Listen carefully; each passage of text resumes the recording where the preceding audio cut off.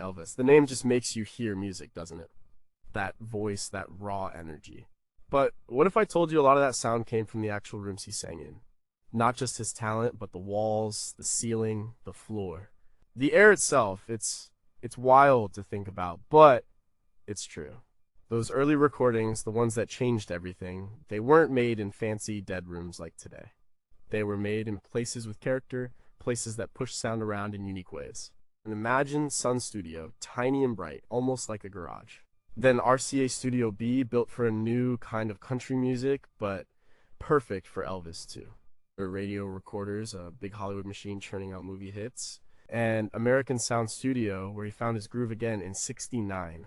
Each studio had its own sound signature, its own acoustical DNA, and that DNA is woven right into the fabric of those songs. For decades, people just listened. But acoustical engineers, they don't just hear the music, they hear the room. They analyze the reflections, the reverb, the way sound waves literally crash into each other or blend. It's like forensic science for sound. And when you apply that science to Elvis's recording spaces, you start to understand just how much the environment shaped the legend. We're going to pull back the curtain on 16 specific acoustical analyses. Things like how long sound bounced around in Sun, or how RCA Studio B used those special baffles. We'll look at the silent killers like HVAC noise in Hollywood, or how a simple vocal booth in Memphis made his voice pop. It's not just about microphones or mixing desks. It's about the air in the room, the materials on the walls, the very shape of the space. Did Sam Phillips intentionally create that iconic slapback echo at Sun, or was it a happy accident of the room's geometry? How did RCA Studio B, designed for country, make Elvis sound so rock and roll? And what secrets do the old floor plans of American Sound Studio still hold about his comeback sessions? These aren't just questions for history buffs, they're questions for anyone who cares about how great sound is made.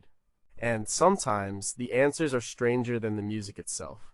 Number 16. What hidden frequencies did the walls of American Sound Studio favor? When Elvis walked into American Sound Studio in Memphis in January 1969, he was looking for a fresh start. He was done with movie soundtracks, he wanted to make real music again, and American Sound, under the leadership of Chips Moman, was known for a raw, soulful, and very Memphis sound. But that sound wasn't just about the musicians or the mixing console, it was deeply tied to the studio's acoustical properties, especially its overall frequency response. Every room has certain frequencies it likes and certain ones it doesn't. This is called room modes or standing waves. These are places where sound waves reinforce each other, making some frequencies louder or cancel each other out, making others quieter. The American Sound was not a purpose-built architectural marvel like some studios. It was a renovated storefront, a bit grittier, a bit more ad hoc. This meant its geometry wasn't perfectly symmetrical. And that's often a good thing for acoustics. It helped scatter sound more effectively. But even with irregularities, room modes were present. Imagine a guitar riff. If the room strongly boosts a certain bass frequency, that riff will sound heavier, thicker. If it dips in the upper mids, the vocals might lose some presence. Engineers like Chips Moman and his team, including Bobby Wood, didn't necessarily use complex analytical tools to measure these things. They used their ears, they knew the room, they knew how to position microphones and musicians to either exploit or compensate for these inherent frequency biases. Acoustical analysis of historical studio designs often involves looking at floor plans and construction materials. For American Sound, sources like the book Memphis Boys: The Story of American Sound Studio by Robin Jones highlight the pragmatic construction. It wasn't about fancy diffusers or tuned panels, it was about plasterboard, plywood, and carpet. But the dimensions of the main live room, approximately 25 feet by 35 feet, with a standard ceiling height, would have created specific modal frequencies in the bass and lower mid-range. For instance, low-end frequencies like 40 Hz or 80 Hz would have definite peaks or dips depending on listener position and sound source placement. This often contributed to the studio's powerful resonant drum sound. The kick drum would just boom, and Elvis's baritone voice, rich in the lower registers, would find a natural enhancement in these spaces. Engineers would often place a bass guitar amp in a specific corner, or a drum kit slightly off-center, to avoid exciting these room modes too much, or to use them to their advantage. The Memphis sound often had a punchy low end and a clear, slightly bright top end. And this was partially due to the studio's inherent response curve. What specific low-end modes were most dominant in American sound, making those bass lines so thick? Did certain microphone positions become legendary among the engineers specifically because they mitigated or exploited a difficult room mode? And what if a modern, precise frequency sweep of the recreated American sound studio would reveal a perfectly flat room today, implying the original character was entirely accidental? Number 15. How did the absorption materials in American Sound Studio truly shape the vocals? American Sound Studio wasn't known for its slick, overly polished sound. It was known for its grit and soul. And a big part of that came from the way sound was absorbed, or not absorbed, within the studio spaces, especially around Elvis's vocal position. Unlike modern studios that might have dozens of different types of acoustic panels, American Sound's approach was more utilitarian. Materials like carpeting, thick drapes, and sometimes even makeshift blankets were used to control reflections. The goal wasn't necessarily to dead the room entirely, but to manage how much the sound bounced around. For Elvis's vocals during his 1969 sessions, engineers like Chips Moman and his team would have been careful. They wanted his voice to be clear and prominent, but still feel like it was in a real space, not just isolated. This meant a balance between absorption and reflection. Too much absorption and the voice sounds dry, unnatural, like it's in a closet. Too little, and it gets lost in the room's reverberation. They use portable gobos, which are movable acoustic panels, often just wooden frames with fiberglass insulation and fabric. These would be placed around the vocal microphone to reduce immediate reflections from the walls or other instruments. The effectiveness of these materials depends on their thickness and density. Thicker materials absorb lower frequencies better. Drapes primarily absorb higher frequencies. The specific choice of fabrics and their placement would directly affect the quality of Elvis's vocal recordings. For instance, a thicker carpet on the floor near the vocal mic would reduce floor reflections, which can often be harsh. Drapes on a nearby wall would soften the mid to high frequency reflections, preventing harshness and sibilance. In the book Elvis Day by Peter Guralnick and Ernst Jorgensen, the energy of these sessions is often highlighted. The vocal booth, if one was used, would have been relatively simple, perhaps just a corner section isolated with gobos. The materials used would dictate how tight or open his voice sounded in the final mix. If they used very thin materials, high frequencies would be absorbed more, leading to a warmer but potentially less crisp sound. If thicker, denser materials were employed, the mid-range could be tamed, allowing the voice to cut through the mix without sounding boxy. It's a delicate dance between capturing the natural voice and taming the room. Did the specific weave and density of the carpets in American Sound Studio play a measurable role in the character of the drum sound? Were the movable baffles gobos filled with a specific type of insulation like rock wool or just whatever was available, leading to unintended acoustic quirks? And what if the most crucial absorption material wasn't a panel at all, but rather the collective bodies of the musicians and engineers packed into the small room, influencing the sound in a way we can never truly replicate? Number 14 was the drum sound at American Sound Studio, a happy accident or carefully engineered isolation. The drum sound on Elvis's 1969 American Sound Studio recordings, like Suspicious Minds and In the Ghetto, is legendary.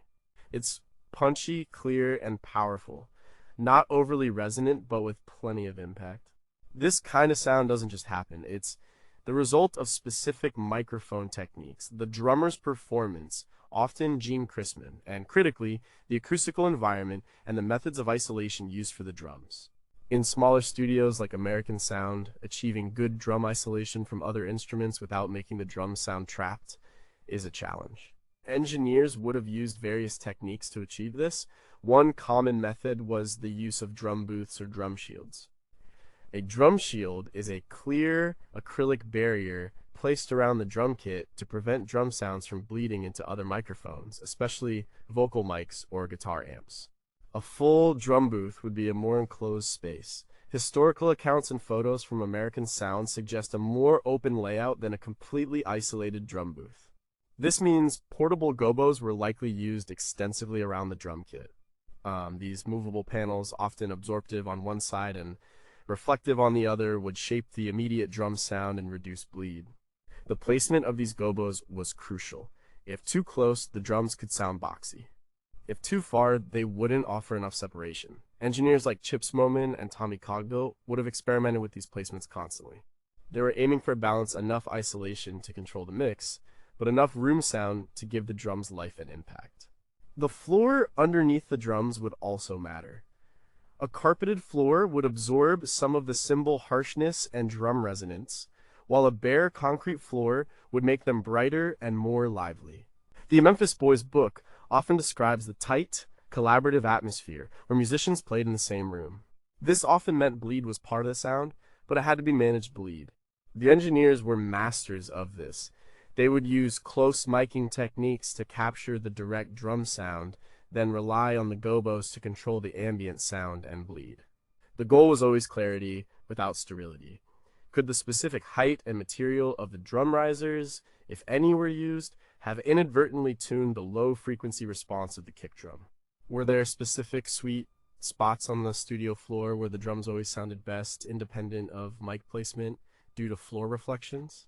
And what if the true secret to the drum sound was not isolation at all, but a deliberate amount of controlled bleed from the bass and guitar amps, adding a certain glue to the rhythm section that we now try to eliminate? Number 13. How did the vocal booth acoustics at American Sound Studio empower Elvis's comeback voice? When Elvis recorded at American Sound Studio in 1969, his voice was mature, powerful, and full of emotion. The acoustical environment around his microphone played a critical role in capturing that performance. While many modern studios feature completely isolated, dead vocal booths, American Sound's approach was likely more pragmatic. They probably used a semi-isolated setup. This could mean a corner of the main studio room, strategically enclosed by portable gobos or temporary partitions. The aim wasn't just isolation, but also to create a specific acoustical space that flattered his voice. The design of this vocal booth, however rudimentary, would have shaped the immediate reflections around his microphone. If the walls of this makeshift booth were entirely absorptive, his voice would sound dry and direct. If they were partially reflective, it would add a subtle, natural reverb and sense of space. Engineers like Chips Moman knew that too much directness could strip a powerful singer, like Elvis, of his natural resonance. They wanted some of the room's character to remain. The use of dense fabric drapes or thick carpeting within this area would have absorbed high-frequency flutter echoes, preventing a harsh or metallic sound.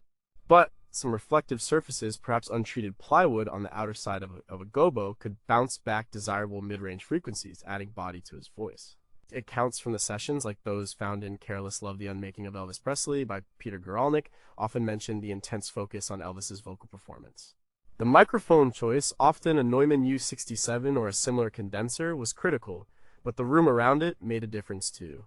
A slightly live vocal space could give his voice a sense of power and presence that a completely dead room could not.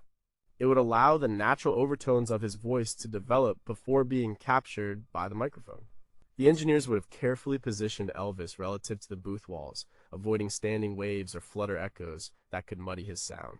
This often meant placing him slightly off-center or angling gobos. The subtle nuances of this small space helped define the intimate yet powerful quality of his American Sound vocals. Was there a specific height or width of the makeshift vocal booth that consistently yielded the best results for Elvis, suggesting an optimal resonance for his vocal range?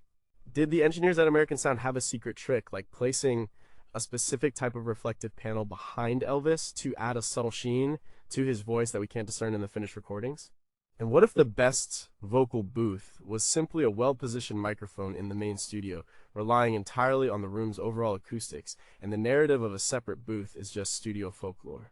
Number 12. How much did external reverberation chambers define the Hollywood sound of Elvis's movie hits? When Elvis recorded his movie soundtracks at radio recorders in Hollywood during the mid to late 1950s and into the 1960s, the sound was often lush, polished, and larger than life. This was a different beast from the raw energy of Sun Studio, or even the developing country pop of RCA Studio B. A significant part of this Hollywood sheen came from the sophisticated use of artificial reverberation, particularly external reverberation chambers. Radio Recorders was a premier facility equipped with multiple studios and advanced amenities for its time. A reverb chamber is essentially an empty room, often irregularly shaped and with hard reflective surfaces, usually concrete or plaster. A loudspeaker would play the dry signal like Elvis's vocal, or the orchestra into this room, and a microphone or two would capture the reverberated sound. This wet signal was then mixed back in with the dry recording, Radio recorders, like many top studios in Hollywood during that era, would have had dedicated concrete chambers designed for this purpose. These chambers were usually located in the basement or another isolated part of the building to prevent outside noise. The dimensions and materials of these chambers dictated their unique reverb characteristics, the decay time, the frequency response of the reverb, and the initial pre-delay. Engineers like Lyle M. Curley, Swart and Thorne N. Thorny Nogar, who worked on many of Elvis's radio recorder sessions, would have carefully blended these reverb returns. The goal was to add depth and sustain without making the track muddy or losing clarity. For Elvis's soaring ballads from films like Jailhouse Rock or Blue Hawaii, this artificial reverb was crucial. It made his voice sound bigger, more romantic, fitting the cinematic scale. The reverb also helped glue together the often large orchestral arrangements used in movie soundtracks. A study by Dr. John Eargle in his book, The Handbook of Recording Engineering, touches upon the significance of these chambers in Hollywood productions of that era, noting their precise control compared to plate reverbs, which were also gaining popularity. The specific chamber at radio recorders would have had its own sonic fingerprint, contributing to the recognizable Hollywood sound that became synonymous with many of Elvis's film output. Was there a specific sweet spot in radio recorders' reverb chamber where the mic was always placed to capture a particular type of decay? And what were its exact dimensions? Did the studio ever experiment with different types of reflective surfaces within the chamber, like tiles or polished wood, to subtly alter the reverb character? What if the celebrated Hollywood reverb was sometimes just a cleverly gated or compressed signal from a small closet-like space, rather than a grand, purpose-built chamber? Number 11, did the ventilation system noise at radio recorders subtly affect Elvis's quiet ballads? Radio recorders was a state-of-the-art facility for its time, designed to meet the demanding acoustical standards of film and music production in Hollywood. One critical aspect of a professional studio's design is a quiet environment, meaning excellent sound isolation from the outside world and a very low noise floor within the studio itself. A major contributor to internal noise, often overlooked by the casual listener, is the heating, ventilation, and air conditioning HVAC system. If not properly designed and isolated, the hum, rumble, or whoosh of an HVAC system can easily contaminate a recording, especially during quiet passages or intimate vocal performances. For Elvis's recording sessions at radio recorders, particularly for the quieter movie ballads, where his voice was often accompanied by sparse instrumentation, the HVAC system's noise floor would have been a constant concern. Engineers like Lyle M. Curley Swart, known for his meticulous approach, would have been acutely aware of this. Modern acoustical specifications for studios often aim for a noise criteria NC rating of NC20 or even lower, meaning the room is extremely quiet. While specific NC ratings for radio recorders in the 1950s aren't readily available, the reputation of the studio implies a high standard. This would have involved careful duct design, sound traps within the ducts, isolation of fan motors, and slow airflow velocities to minimize turbulence noise. However, even in the best designed systems, a faint broadband hum or low-frequency rumble can persist. In Elvis's recordings, this might manifest as a very subtle, almost subliminal background noise that adds a certain tape hiss-like quality, even before the actual tape hiss is factored in. For delicate acoustic guitar parts or whispered vocals, this noise could be problematic. Engineers would sometimes turn off the HVAC during critical quiet takes, but this wasn't always practical for long sessions. The historical text recording the Beatles, though, about EMI, it gives insight into studio practices of the era details similar battles with HVAC noise. A slight compromise in the studio's ventilation system could have shaped the dynamic range they could capture, or even influence the tempo of quieter songs, pushing them to be slightly faster to avoid extended quiet passages where the noise might become noticeable. Could the engineers at radio recorders have intentionally used a certain noise reduction technique during quiet moments, not realizing it was primarily addressing HVAC noise rather than tape hiss? Was there a specific time of day or night when the external noise environment was quietest, allowing for optimal HVAC operation without audible intrusion into Elvis's recordings?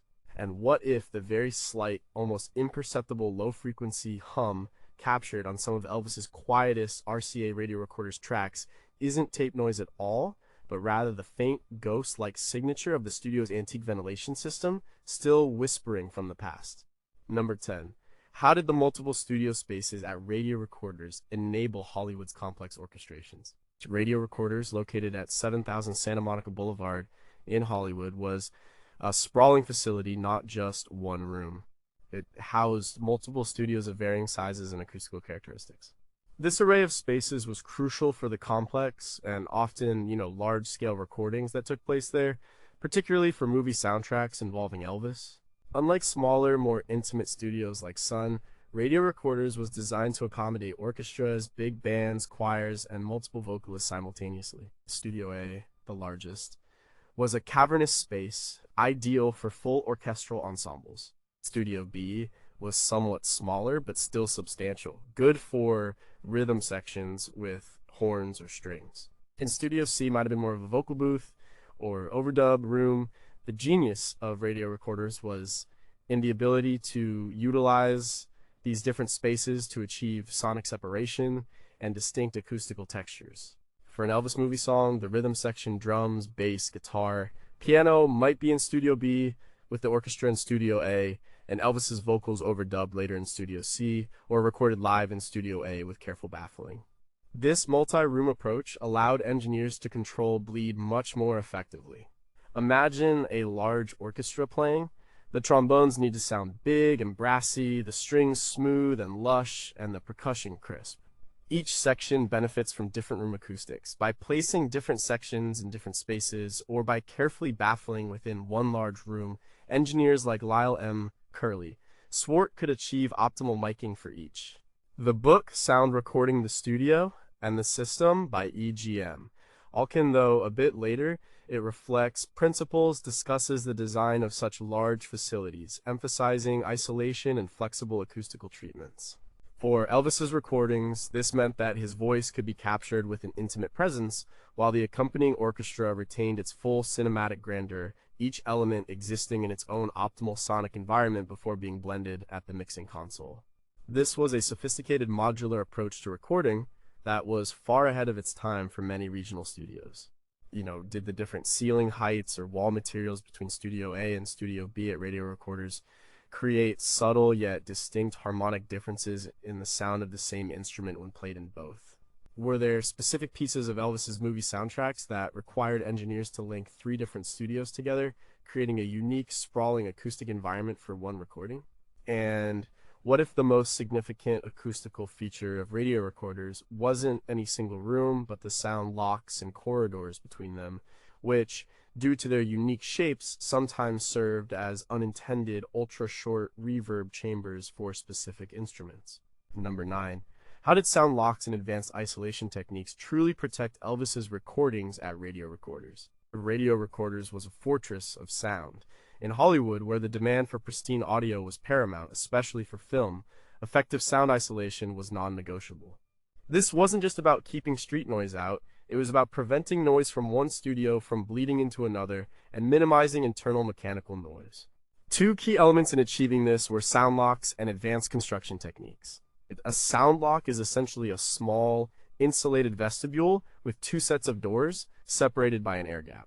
You close the first door, enter the small room, then close the second door before entering the main studio. This creates a double barrier that effectively traps sound. Radio Recorders, as a professional facility designed for sensitive film scoring and high-stakes music recordings, would have featured numerous sound locks at its entrances and between different studio spaces. This was crucial for maintaining a very low-noise floor during Elvis's sessions, ensuring that a passing truck outside or a conversation in the hallway didn't ruin a take. Beyond sound locks, the construction itself was engineered for isolation. This involved heavy, dense materials for walls and ceilings, often double-wall construction with an air gap and insulation in between, similar to room-within-a-room concepts. Floors might have been floating on rubber pads or springs to decouple them from the building structure, preventing vibration transmission. The specific methods used at Radio Recorders, while not always publicly detailed in architectural blueprints, would have been state-of-the-art for the 1950s. The book, The Master Handbook of Acoustics by F. Alton Everest, though a later publication, details the principles of such robust isolation. For Elvis, whether he was recording a powerful rock and roll track or a tender ballad, this high level of isolation meant that the engineers, like Lyle M. Curley Swart, could capture his performance without unwanted sonic intrusions. It ensured that the subtle nuances of his voice and the delicate dynamics of the instrumentation were preserved. This isolation provided a clean canvas for his recordings. Did the specific mass and density of the double-leaf doors and the radio recorder's sound locks have a measurable impact on isolating certain troublesome low frequencies from the street? Were there internal isolation techniques, like specific floating floor designs, that unexpectedly altered the natural resonance of grand pianos placed upon them during Elvis's sessions? And what if the engineers sometimes left a sound lock door slightly ajar to deliberately introduce a subtle, controlled amount of ambient noise from an adjacent studio, hoping to add a live feel to an otherwise too sterile take? Number 8. What did the balance of early reflections and late reverb truly mean for RCA, Studio B's sound? RCA, Studio B in Nashville, where Elvis recorded many of his iconic tracks from 1956 onwards, is famous for its unique sound. Part of that distinctiveness comes from the critical balance between early reflections and late reverberation. Early reflections are the first sound waves that bounce off nearby surfaces and reach the listener or microphone shortly after the direct sound. Late reverb is the wash of many reflections that build up and slowly decay, giving a sense of space. RCA Studio B, designed by acoustician Carol E. Worrell, had a main live room that wasn't overly large but was designed to manage these reflections carefully. The room featured a mix of hard and soft surfaces. There were wooden panels, plaster walls, and some absorptive materials. This blend was deliberate. The hard surfaces ensured there were plenty of early reflections, adding presence and immediacy to instruments and vocals. For Elvis's voice, these early reflections would make him sound like he was in the room with you, rather than detached. They added a sense of space without sounding distant. The precise timing and intensity of these early reflections are crucial for spatial perception. If they are too strong or arrive too quickly, they can cause comb filtering, making the sound thin or phasey. Worrell's design, however, aimed to spread these reflections out. Late reverb, on the other hand, gives a sense of the overall room size and decay. RCA Studio B was not an overly live room, meaning its RT60 reverb time wasn't excessively long. This allowed for clarity. The book, The Nashville Sound Authenticity, Commercialization, and Country Music by Richard A. Peterson, while more sociological, hints at the engineered quality of the studios. Engineer Bob Ferris and later Bill Porter were masters at manipulating the room and microphone placement. They would use the more reflective parts of the room for instruments that needed to ring out, like drums or piano, and the slightly more absorptive areas for vocals, managing the early reflections to avoid muddiness. The famous X marks on the floor of Studio B indicated optimal microphone placements, often chosen after countless hours of listening and experimentation to get the ideal balance of direct sound, early reflections, and the broader room reverb. This subtle but complex interplay gave RCA Studio B its signature punch and clarity. Did the specific angle of the ceiling panels in RCA Studio B produce a unique early reflection pattern that subtly shaped the attack and decay of the guitar sound? Were the legendary X marks on the floor of Studio B strategically chosen not just for direct sound, but specifically to capture a perfectly timed set of early reflections from the sidewalls? And what if the perceived clarity of RCA Studio B was not due to a short reverb time, but rather a very specific, rapid decay of only the mid-range frequencies, leaving the low and high ends to linger just a fraction longer than expected? Number 7. How did the variable acoustics of RCA Studio B, with baffles and curtains, adapt to Elvis's evolving sound? RCA Studio B was known for its adaptability, a trait essential for a studio that recorded everything from country legends to rock and roll icons like Elvis. A key part of this flexibility was its variable acoustic treatments, primarily through the clever use of movable baffles and heavy curtains. These weren't just decorative. They were critical tools for shaping the room's sound, allowing engineers like Bill Porter to dramatically alter the acoustics of the main live room. Movable baffles, often constructed from wood on one side, reflective and absorptive fabric on the other, could be strategically placed around instruments or vocalists.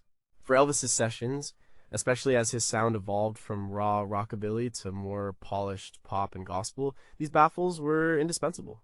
If the band needed a tighter, more controlled sound for a rhythm track, more absorptive baffles would be deployed to reduce reflections and tighten up the individual instruments. If a more open resonant sound was desired for a ballad or a choir, reflective baffles could be used, or fewer baffles overall. Engineer Bill Porter quoted in The Wrecking Crew documentary, which though focused on LA, illustrates common studio techniques, often spoke about his intuitive understanding of how to use the room itself as an instrument.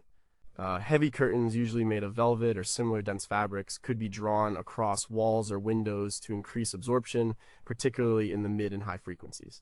This would shorten the reverberation time, making the room sound drier.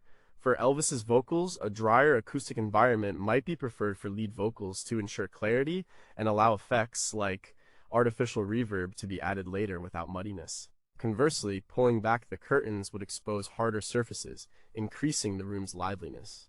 The exact number and placement of these baffles and curtains were not arbitrary. They were the result of extensive experimentation and the engineer's keen ear. This dynamic control allowed RCA Studio B to offer a wide palette of sounds, from the intimate to the expansive, making it an incredibly versatile space for Elvis's diverse musical output over the years. Were there specific arrangements of baffles and curtains in RCA Studio B that became preset configurations for particular Elvis songs or musical genres, like a rockabilly setup or a ballad setup? Did the engineers ever discover an unexpected acoustical property when a certain combination of baffles was left in a half-open, partially reflective state? And what if the most impactful variable acoustic element was simply the number of people in the room for a session, with the engineers using the musicians themselves as living, breathing sound absorption panels? Number 6. What secrets did RCA Studio B's specific studio geometry and layout hold for Elvis's vocal presence? RCA Studio B in Nashville, operational from 1957, was not just a rectangular box. Its unique studio geometry and layout were carefully designed to sculpt sound, and this played a direct role in how Elvis's vocals and instrumentation sat in the mix.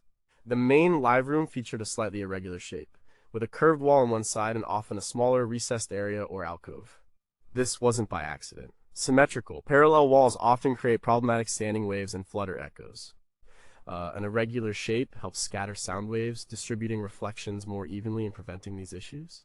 The architect Carroll E. Worrell aimed for a versatile room. The curved wall, for instance, would act as a natural diffuser, breaking up harsh reflections and contributing to a smoother, more diffuse reverberation. This meant that while the room had a lively sound, it wasn't overly boomy or echoey in a distracting way.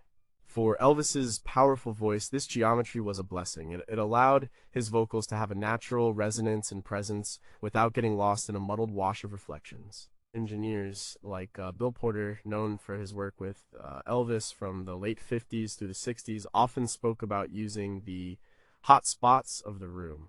These were areas where the acoustics were particularly flattering to certain instruments or vocals, often due to the specific interaction of the room's geometry with sound waves. The book, Making Rumors, The Inside Story of the Classic Fleetwood Mac Album, by Ken Kayat, though a different band, it illustrates studio geometry impact, emphasizes how engineers learn a room. Porter learned Studio B intimately. He would position Elvis's microphone in a spot where the direct sound was strong, but where the early reflections from the curved wall or other non-parallel surfaces added a desirable fullness and sparkle to his voice without excessive coloration. This strategic use of the room's inherent design gave Elvis's voice a certain natural air and depth that became a hallmark of his RCA Nashville sound. The layout also allowed for clear separation between instruments even when recorded live, as different sections could be placed in areas where the geometry naturally helped isolate them. Did the specific curvature of RCA Studio B's famous wall create a focal point for certain frequencies, making them particularly resonant in a specific area? Were the alcoves or recessed parts of Studio B's layout ever used as natural passive bass traps, inadvertently shaping the low end of Elvis's recordings? And what if the seemingly random placement of certain instruments or musicians in old photographs of RCA Studio B was actually a highly sophisticated, intuitive response to the room's complex geometric hot and cold spots, a knowledge now lost to time? Number 5, how did the microphone placement and room interaction truly define the Sun Studio sound? At Sun Studio in Memphis, between 1954 and 1955, the acoustical magic for Elvis wasn't just about the small room. It was about how Sam Phillips, the visionary owner and engineer, made microphones interact with that room. Sun was tiny, only about 18 by 30 feet, with hard reflective surfaces like plaster walls and a concrete floor. This meant a very short, bright, and lively reverberation time, But Phillips didn't fight the room, he embraced it. And microphone placement was paramount. Sam Phillips was a master of using a single microphone, or maybe two, to capture an entire band playing live. He'd place the main vocal mic often, an RCA 77 DX ribbon microphone strategically. For Elvis's recordings, this mic wasn't just capturing his voice directly, it was also capturing the reflections of his voice bouncing off the nearby walls, and critically, the bleed from Scotty Moore's guitar and Bill Black's bass. This created a natural blend, a room sound that defined the Sun recordings. The famous slapback echo wasn't always an artificial tape delay effect added later, it was often the result of the direct sound hitting the mic, followed almost immediately by a distinct, short reflection from a nearby wall. This was the room speaking. Phillips would experiment with placing Elvis and the band in different parts of the room, listening intently to how the sound changed. Moving the main mic just a foot or two could alter the balance between direct sound and room reflections dramatically. For example, placing the mic closer to a reflective wall might enhance the slapback effect. Placing it in the middle of the room might give a more balanced but less characterful sound. These Sun Records, an oral history book by John Brovin, provides accounts of this experimentation, describing Phillips as someone who relied on his ears and intuition. The unique interaction between the chosen microphones, which capture sound directionally, and the specific reflective properties of Sun Studio surfaces created a dense, exciting, and raw sound that couldn't be replicated anywhere else.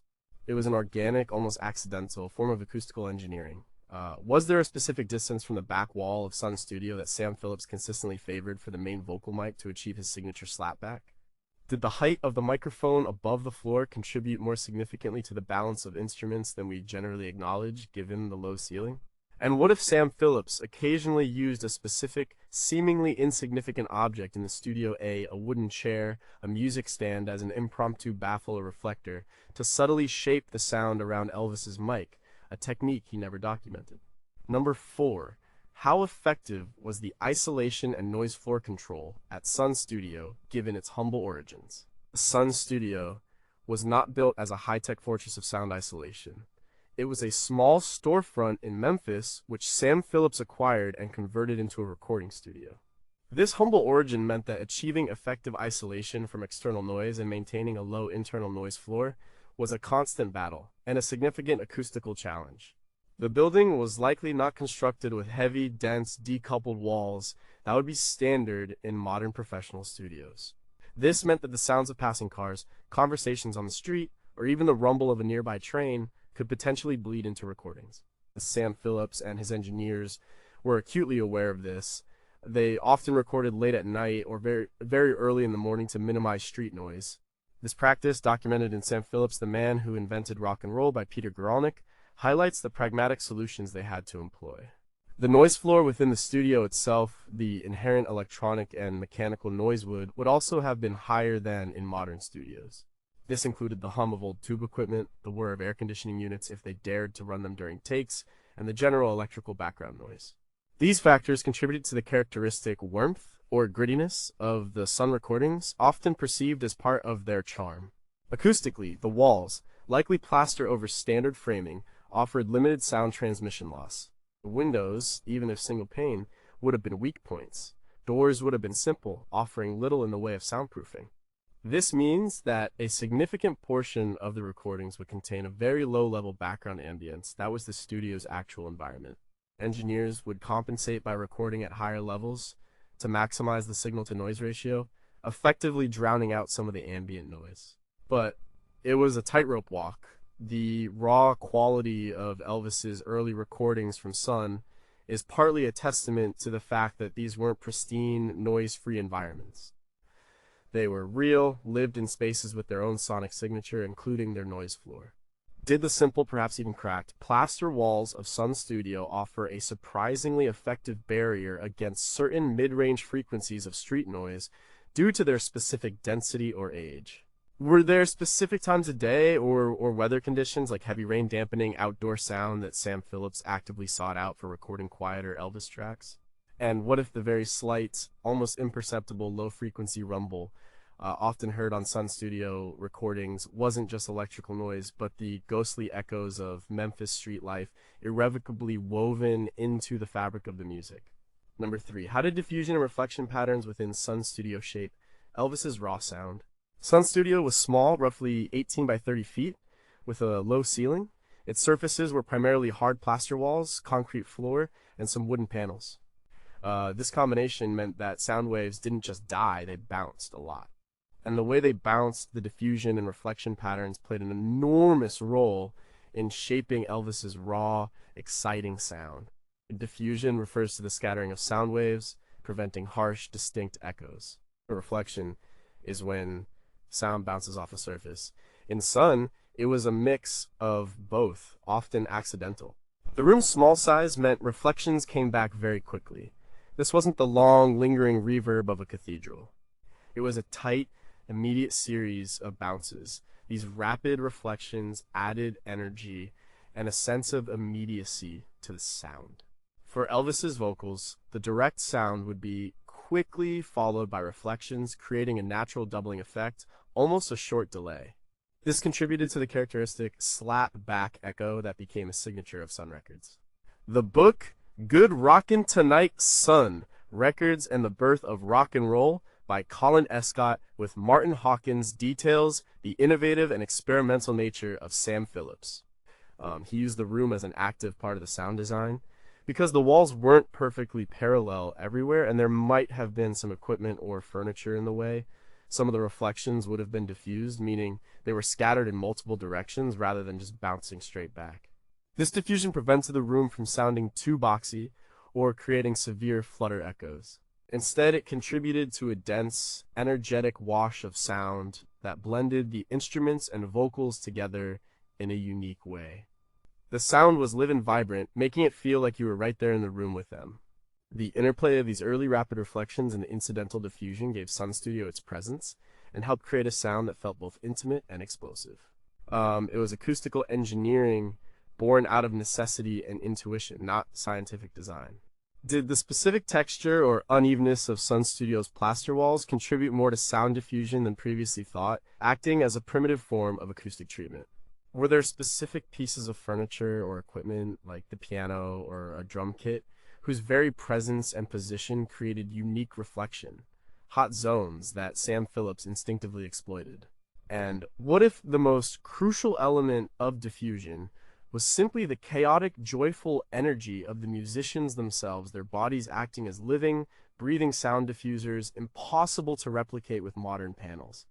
Number 2, what was the true reverberation time, RT60 of Sun Studio, and how did it color Elvis's voice?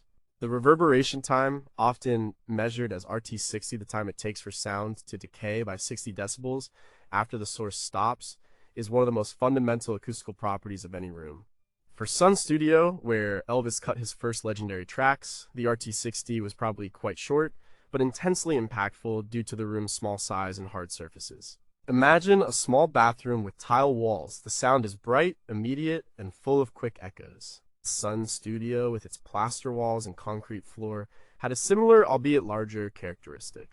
Estimates for RT60 in spaces like Sun Studio typically range from 0.5 to 1.0 seconds, which is relatively short for a recording studio that aims for a live sound, but crucial for its distinctive character. A short RT60 means that sound energy builds up and decays very quickly. For Elvis's vocals, this meant his voice had immediate impact and presence. The reflections didn't linger long enough to muddy the articulation of his words or the clarity of his phrasing. Instead, they added an energetic sparkle. The book Elvis Presley: A Life in Music by Ernst Jorgensen mentions the raw, unadorned quality of these early recordings. This directness was partly a function of the quick decay time. Sam Phillips, as the engineer, understood this intuitively. He didn't need scientific measurements, he used his ears. He used the room's natural acoustics to create the famed slapback echo, which wasn't always an electronic effect. It was often the direct sound from Elvis's voice, followed almost instantaneously by a distinct reflection from a nearby hard surface. The short RT60 ensured these reflections were clear and separate, not a mushy blur. If the RT60 had been longer, the sound would have been muddy and indistinct, losing the punch and clarity that made Elvis's Sun recordings so revolutionary. The rapid decay gave the music an urgency, a now quality that resonated with the rock and roll explosion. Could the specific humidity levels in Memphis during the 1950s have subtly altered the air absorption characteristics of Sun Studio, impacting the higher frequency decay of Elvis's vocals? Were there specific frequencies that had an unexpectedly longer or shorter RT60 than the overall room average, creating unique sweet spots for certain instruments or Elvis's vocal register? And what if the true RT60 of Sun Studio was never truly measured under ideal conditions, leaving a crucial element of its legendary sound to forever remain an educated guess? Number 1. What were the defining acoustical characteristics of the control room at Sun Studio, where Sam Phillips shaped Elvis's destiny? Most of the focus on Sun Studio rightly goes to the live room where Elvis and the band played. But the control room where Sam Phillips sat at the console was just as vital. This was where he listened, mixed, and made critical decisions that shaped Elvis's sound. The acoustics of the control room dictate what the engineer hears and thus what they do to the sound. If the control room lies, the mix lies. Sun Studio's control room was likely small and not acoustically treated to modern standards. It would have featured hard surfaces and limited, if any, specific diffusion or absorption panels. This meant Phillips was likely listening in a room with its own strong colorations. Room modes, early reflections, and potentially uneven frequency response would have been present. This wasn't a problem for Phillips, it was his reality. He learned the room. He knew how his monitoring system, likely a single, perhaps two, mono speakers sounded in that specific space. He understood its biases. Phillips mixed intuitively based on years of listening in that exact environment. The book Lost Sounds Blacks and the Birth of the Recording Industry, 1890 to 1919, by Tim Brooks, though, an earlier era, illustrates early engineering challenges, highlights the pioneering spirit of early engineers. Phillips was a pioneer. He didn't have scientifically calibrated rooms or fancy near-field monitors. He had his ears and his understanding of how his room translated to the outside world. If his control room was bass-heavy, he might instinctively mix bass lighter to make it sound right on other systems. If it was bright, he might mix brighter. This unique acoustical fingerprint of his listening environment became ingrained in the Sun sound. What Phillips heard and liked in his control room was the sound, warts and all, that we now cherish. It wasn't about perfection in an absolute sense, but perfection relative to his unique listening space. This meant the raw, energetic, often slightly quirky sound of Elvis from Sun was born not just in the live room, but also in the very specific, perhaps imperfect, acoustical space where Sam Phillips made his magic. Was there a specific chair or listening position in the Sun Studio control room where Sam Phillips always sat, indicating a perceived sweet spot in its acoustically untreated environment? Did the engineers ever add or remove simple objects, like a rug or a specific piece of equipment, from the control room to subtly alter its acoustics for certain mixes? And what if the perceived brightness or warmth of many Sun Studio recordings wasn't just a characteristic of the live room or the microphones, but a direct reflection of the specific frequency biases inherent in Sam Phillips's acoustically uncompensated control room monitoring environment, shaping his mixing decisions in ways we can only speculate about?